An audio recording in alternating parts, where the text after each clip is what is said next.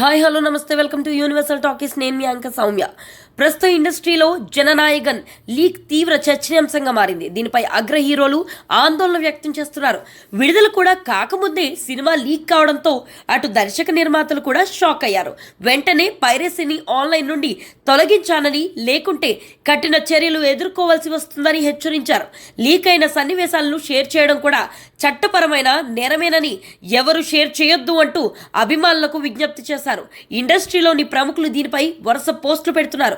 Cinema దురదృష్టవశాత్తు leak కావడంతో తానెంతో ఆందోళనకు గురి అయ్యానని చిరంజీవి ఆందోళన చెందారు.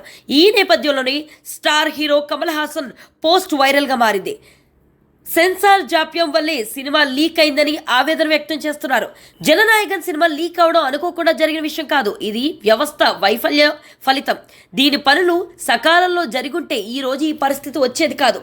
సెన్సార్ బోర్డులో జరిగిన విపరీతమైన జాప్యం పైరసీకి అనుకూలమైన వాతావరణాన్ని సృష్టిస్తుంది. పైరసీ రాజకీయాలకు అతీతమైంది. అది కళపై, కళాకారుడి పైన చేసే దాడి. వందలాది మంది కళాకారులు, సాంకేతిక నిపుణుల కృషిని ప్రమాదంలో పడేస్తుంది. అలాగే మనం ప్రేమించే సినిమాను నిలబెడుతున్న వాళ్ళపై, నిజాయితీగా పన్ను చెల్లిస్తున్న నిర్మాతలు, థియేటర్ యజమానులపై తీవ్ర ప్రభావాన్ని చూపిస్తుంది. వ్యవస్థ విఫలమైనప్పుడు సినిమాను ఎవరు కాపాడతారు? విడుదల విషయంలో చట్టపరమైన ఇబ్బందులు ఎదురవుతున్నప్పుడు విచారణ వేగవంతం చేయాలి. గతంలో మీరు నాకు అండగా నిలిచినట్లే నిజమైన సినిమా ప్రేమికులు ఇప్పుడు కూడా ఏకమవ్వండి. ఈ చిత్రాన్ని థియేటర్లోనే చూద్దాం, దానికి సహకరించండి అని కమల్ హాసన్ అన్నారు. సినిమా లీక్ అయిందని తెలిసినా షాక్ అయ్యాను. చాలా బాధగా ఉంది. దీనికి కారణమైన వారిపై కఠిన చర్యలు తీసుకోవాలని రజనీకాంత్ ఆవేదన వ్యక్తం చేశారు.